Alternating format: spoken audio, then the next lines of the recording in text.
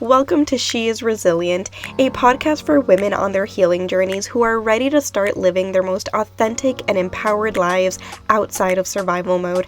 I'm your host, Tatiana, trauma and somatic therapist, as well as a holistic coach, and I'm on a mission to help more women heal their nervous systems. Each week, me and my guests are going to get real and vulnerable about the experiences that led us to becoming the empowered and resilient women we are today. You'll leave this podcast with the skills, knowledge, and inspiration to start creating the life you deserve. Because if another woman can do it, so can you.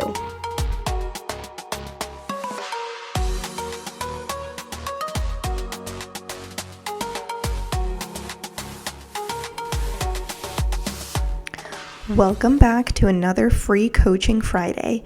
Today's question is, what do I do when the people around me have dysregulated nervous systems? And this one hits home for me because for the longest time, I thought I was the problem until I truly started living outside of survival mode and realized that it wasn't me. And it was other people's dysregulation that was making it feel like I was the problem. So I hear you, I'm with you. I know how hard it is to be on a healing journey when others around you aren't on that same journey. So I often tell my clients that healing is like a double-edged sword because once you start healing your nervous system, you start to notice more when someone else's nervous system is dysregulated.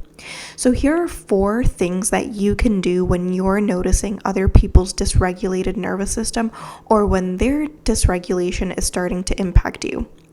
Number 1. You can bring your awareness to your own body and notice what's coming up for you. Notice the discomfort in your body, whether it's frustration, anxiety, a need to change their behavior or mind, right? And then begin to support your body.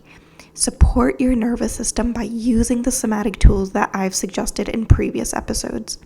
Right? Because you can't control or change how somebody else responds, but you can control how you respond to your own nervous system. So whenever you notice someone else's dysregulation, come back to your own body. Number 2, you can gently state what you're observing and have a transparent conversation around it. So for example, I'm noticing that you've had some big reactions to certain situations recently, and I'm wondering if you've noticed that too, right? So allowing room to have an honest and open conversation about what's happening and making suggestions to therapy or coaching if they're open to hearing them. So that's key, right? We want to make sure that they're open to hearing your suggestions, because if we just throw out suggestions and we say you need to go to therapy or you probably should do some coaching or whatever it is, right, that's coming from a place that might come across as you attacking that person, right?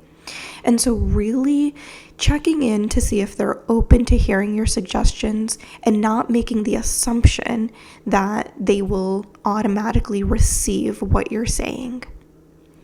Number 3, you can start to limit your contact with those people or person who is dysregulated and their dysregulation is impacting you, if their dysregulation is impacting you. Because you have a choice around who is allowed to be in your life and who is not allowed to be in your life. And if you're noticing that you feel more drained rather than energized after spending time with someone, then that's a good indicator that it's time to limit the amount of time you spend with that person or a group of people. And number 4, you can be there to help the other person co-regulate. And you don't have to be like, okay, let's go regulate, right? But if you're noticing that someone is dysregulated, you can begin to speak softer. You can start taking more noticeable breaths.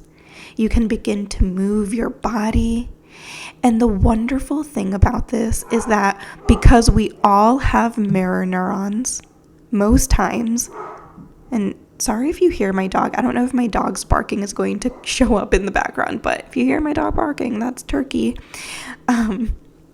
So the wonderful thing about this is that we all have mirror neurons. So most times the person that you're interacting with will unconsciously start mirroring your speech and your body language. So it's going to help them feel more regulated if you're regulated. So sometimes you don't even need to say anything. You can just model regulating. Remember that the only person you're responsible for is you. And as much as you may want to help someone else or make them see why healing or going to therapy or going to coaching is so important, they need to come to that conclusion themselves. So that's it for today. If you have a question you want to ask, make sure you use the link in the show notes and I will answer it in the next free Coaching Friday. Thank you so much for joining me today. If you absolutely loved this episode, I would so appreciate it if you subscribed and left a review on Apple Podcast, or take a screenshot and share this episode on social media. Don't forget to tag me at tatiana.holistic.coach. The more nervous systems we reach, the more generational cycles we break, and the more we contribute to a kinder and safer world. And if you're looking for somatic healing services, send me a DM and I'd love to chat on how I can support you. I'll see you in the next episode.